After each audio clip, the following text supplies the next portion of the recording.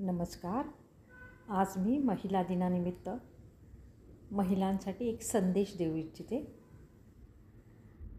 तर तुमचं तुमच्या शरीरावर प्रेम असेल तर तुम्ही योगासन करा. तुमचं तुमच्या शरीरावर प्रेम असेल तर सूक्ष्म व्यायाम करा.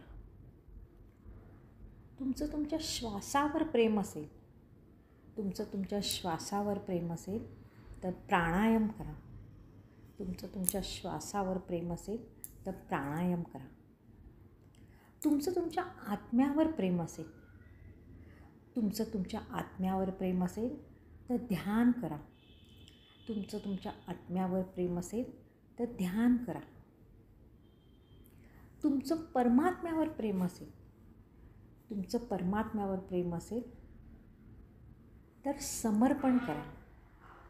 तुमचं तुमच्या परमात्म्यावर प्रेम असेल तर समर्पण करा.